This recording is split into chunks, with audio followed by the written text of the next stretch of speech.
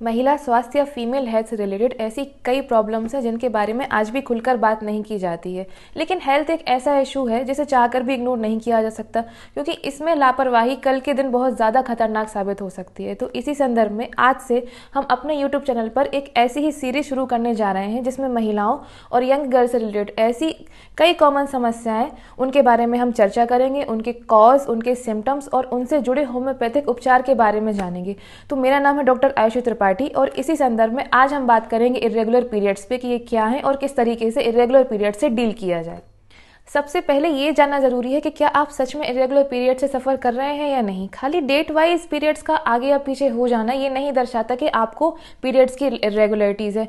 इसको समझने के लिए हम 4 कैटेगरीज में समझेंगे। सबसे पहली बात टाइमिंग की। देखिए, एक नॉर्मल पीरियड 24 से 32 दिन का हो सकता है। फॉर एग्जाम्पल, अगर आपका पीरियड हर 20 दिन में भी रिपीट हो रहा है और अगर आपका पीरियड 30 दिन 32 दिन के बाद भी आ रहा है तो भी ये बिल्कुल ही नॉर्मल है। लेकिन इरेगुलरिटी कब होगी? जब आपका पीरियड एक बार 20 दिन बाद आ जाए, एक बार 1.5 महीने तक ना आए, फिर उसके बाद इरेगुलरिटी लगातार बनी रहे, लगभग 6 महीने तक ऐसे ही इरेगुलरिटी बनी रहे, तब आप उसको कहेंगे कि आपकी पीरियड्स इरेगुलर हैं। सेकेंडली, बात की जाए ड्यूरेशन की। अगर किसी लड़की के पीरियड्स, किसी भी गर्ल्स के पीरियड्स 2 दिन में ही ख़त्म हो जाते हैं और उसकी रूममेट के 6 से 7 दिन चलते हैं, तो वो ऐसे में ये ना समझे कि मेरा एब नॉर्मल है, उसका नॉर्मल है, या मैं रेगुलर हूँ और उसका पीरियड 7 डेज यानी कि नॉर्मल चल रहा है। ऐसा बिल्कुल भी नहीं है। हर व्यक्ति की इंडिविजुअलिटी अलग अलग होती है। इस बारे में हम पहले ही बात कर चुके हैं कि हर व्यक्ति का अपना एक इंडिविजुअल रिस्पॉन्स होता है, चाहे वो हॉर्मोन्स को लेके हो, चाहे शारीरिक तौर पर, मानसिक रूप से, हर तरीके से। तो ये कंप्लीटली नॉर्मल है कि अगर पीरियड्स 2 दिन में ख़त्म होते हैं तो भी, 7-8 दिन चलते हैं तो भी। इरेगुलरिटीज की श्रेणी में ये तब आएगा जब पीरियड्स आपके एक बार 2 दिन में खत्म हो जाएं, नेक्स्ट टाइम आए तो 9-10 दिन लगातार चलें और फिर अगेन यही इरेगुलरिटी आपको 4 से 6 महीने लगातार देखने को मिले। तीसरी बार बात करें क्वालिटी। क्वालिटी में हम बात करेंगे कि ब्लड का colour, the colour of blood it self speaks about the internal pathology. अगर ब्लड बहुत लाइट कलर का आ रहा है या ऑरेंज या येलो इस टाइप का, तो आप एनीमिया से सफ़र कर सकते हैं। हो सकता है अगर आपका ब्लड ब्राउन कलर का आए तो ये इन्फेक्शन को या फिर कैंसर को या अर्ली प्रेगनेंसी को दर्शाता है। तो आपको कलर भी देखना है और उसकी क्वालिटी भी देखना है कि कहीं बहुत ज़्यादा ब्लड के थक्के तो नहीं आ रहे हैं और बहुत ज़्यादा मतलब ब्राइट कलर, किस कलर का आपका ब्लड आ रहा है उसको भी ज़रूर आपको ध्यान देना है। यदि उसमें कोई तरीके की अजीब सी स्मेल आ रही है तो वो इन्फेक्शन को दर्शाती है, तो आपको ये भी ध्यान रखना है। नेक्स्ट बात करें क्वांटिटी की। क्वांटिटी में हम बात करेंगे कि अगर आपका ब्लड नॉर्मली 30 to 40 ml होता है ब्लड का नॉर्मल क्वांटिटी एक बार पीरियड्स में, अगर यही क्वांटिटी 80 ml क्रॉस कर जाए तो इसको अपन हैवी ब्लीडिंग के केस में रखेंगे। तो जब ये ब्लड बहुत ज़्यादा यानी कि 80 ml से ज़्यादा हो जाए तब आप इरेगुलर पीरियड से सफ़र कर रहे हैं। और अगर यही ब्लड बहुत ज़्यादा कम हो, खाली स्पॉटिंग ही देखने मिले सिर्फ 1 या 2 दिन, then it is also known as irregular periods. तो इन सभी बातों से हम ये समझेंगे कि कई बार हम नॉर्मल होते हुए भी अपने पीरियड्स को रेगुलर समझ लेते हैं जबकि वो रेगुलर नहीं है।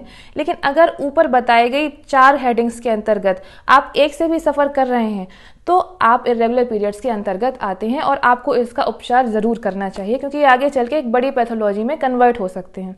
सेकेंडली, बात करी जाए कॉज की कि क्या क्या कारण हो सकते हैं जिस वजह से पीरियड्स में रेगुलरिटी आ जाती है। बहुत ही कॉमन कॉज है स्ट्रेस, फिजिकल और मेंटल किसी भी लेवल का होना।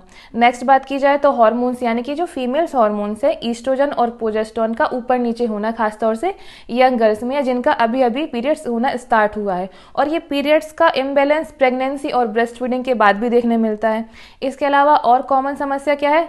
थायराइड एंड पीसीओएस या पीसीओडी, इसमें भी इरेगुलरिटीज़ नॉर्मल है। इसके अलावा एंडोमेट्रियोसिस, फाइब्रॉइड, बहुत ज़्यादा ऐसी चीज़ें हैं जिनके अंतर्गत सबसे पहले फीमेल पे प्रभाव पड़ता है। तो सबसे पहले उसके मेंस्ट्रुअल साइकिल पर अपना प्रभाव कोई भी बीमारी दिखाती है हर फीमेल के केस में। तो आपको सबसे पहले ये देखना है कि कहीं कोई इंटरनल पैथोलॉजी तो नहीं है, कहीं किसी बीमारी के बाद ये चीज़ तो नहीं हो रही है, कहीं आपका एचबी लेवल या ब्लड कम तो नहीं है आपकी बॉडी में। तो आपको सबसे पहले अपने अंदर का कॉज जानना बहुत ज़रूरी है कि एक्चुअली पीरियड्स की इरेगुलरिटी आ किस वजह से रही है। नेक्स्ट, अब हम बात करें ऐसी होम्योपैथिक मेडिसिन की जो इरेगुलरिटीज़ में आपको हेल्प कर सकती हैं। मैं पहले भी ये आपको एक चीज़ बता चुकी हूँ कि होम्योपैथी हमेशा एक व्यक्ति को इंडिविजुअली वर्क करती है। जैसे आप अगर किसी होम्योपैथिक डॉक्टर के पास जाएंगे तो वो सबसे पहले कॉज पूछेगा, आपको किस वजह से, आपकी पूरी फिजिक देख के, आपकी पूरा ब्लड वगैरह सब चेक करके कि आपको किस वजह से ये प्रॉब्लम हो रही है। लेकिन होम्योपैथी में भी कुछ मेडिसिन ऐसी हैं जो जनरलाइज फॉर्म में दी जा सकती हैं। मैं आपको उन्हीं मेडिसिन के बारे में आपको बता रही हूँ कि आप किसी भी कंडीशन में उनको ले सकते हैं। सबसे पहले बात करते हैं जेनोसिया अशोका। अशोका यानी कि आप आयुर्वेद में भी अशोकारिष्ट नाम से इसकी मेडिसिन आती है। ये जो अशोक का पेड़ होता है उसकी छाल से बनता है। इसका अर्क निकालते हैं, उसको होम्योपैथी में जेनोसिया अशोका मदर टिंचर के रूप में यूज करते हैं। ये होता क्या है, this act as a analgesic and estrogenic properties.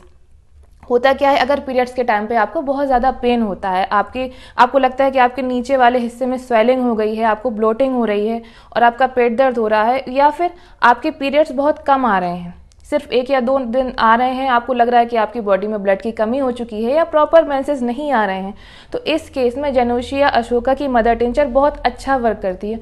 और मेनली होम्योपैथी में ये एक फीमेल मेडिसिन के बारे में ही इसको जानते हैं। क्यों? क्योंकि ये पूरी बॉडी पे फीमेल्स की बहुत अच्छा वर्क करती है। तो जेनोसिया अशोका आप आराम से 4 से 6 महीने लगातार ले सकते हैं विदाउट एनी साइड इफेक्ट्स, क्योंकि ये आपकी पूरी बॉडी, ओनली यूट्राइन टॉनिक नहीं, आपकी पूरी बॉडी पे वर्क करेगी। तो आपको करना क्या है, इसके 15 से 20 बूंद आधे कप पानी में आपको दिन में 3 बार लेने हैं। इतना आप लगातार करें, कोई भी साइड इफेक्ट नहीं होगा और बहुत आराम से आप देखेंगे कि बहुत अच्छा फर्क दिखाती है। सेकेंडली बात की जाए तो बायो कॉम्बिनेशन 15, ये एक यूट्राइन टॉनिक के नाम से आती है। ये टैबलेट्स फॉर्म में रहती हैं, छोटी छोटी टैबलेट्स जो होती हैं उनके फॉर्म में रहती हैं, और ये एक पूरा मिनरल सप्लीमेंट है। इसमें kali sulph, kali phos, Calcarea FOSS, हर प्रकार के मिनरल्स होते हैं जो आपकी पूरी यूट्राइन की जो फिलामेंट्स हैं उनको टोन करता है, स्ट्रेंथन करता है और आपकी मसल्स को मजबूती प्रदान करता है, आपकी यूट्रस यानी कि बच्चेदानी की जो एंडोमेट्रियम है उसको। तो आप इसको भी आराम से ले सकते हैं। लगातार 3 से 4 महीने आप इसका उपयोग कीजिए, आपको अंतर ज़रूर समझ में आएगा। इसको भी आपको कैसे लेना है, 4-4 गोली दिन में 3 बार आपको डेली लेना है और आपको इसका फर्क बहुत जल्दी समझ में आएगा। लास्टली लेकिन एक बहुत अच्छी मेडिसिन के बारे में आपको बता रही हूँ। दिस इज SBL की यूट्रोफाइन सिरप। ये मैं खुद प्रिस्क्राइब भी करती हूँ और अपने कई पेशेंट्स में मैंने इसमें फ़र्क देखा है। ये एक बहुत अच्छी मेडिसिन है, होम्योपैथिक मेडिसिन का एक बहुत अच्छा कॉम्बिनेशन है।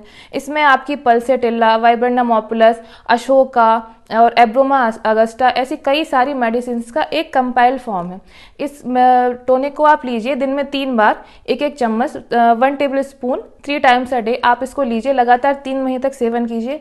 इसका रिजल्ट बहुत ही अच्छा है, मेनली इरेगुलर पीरियड्स में। तो ये जो मेडिसिन मैंने आपको बताई, ये होम्योपैथी की जनरलाइज्ड मेडिसिन है जो आप किसी भी रेगुलरिटी में ले सकते हैं। अगर ये मेडिसिन आपको आसानी से उपलब्ध ना हो तो नीचे डिस्क्रिप्शन बॉक्स में दिए गए नंबर पर आप हमसे ये ऑनलाइन भी ऑर्डर कर सकते हैं।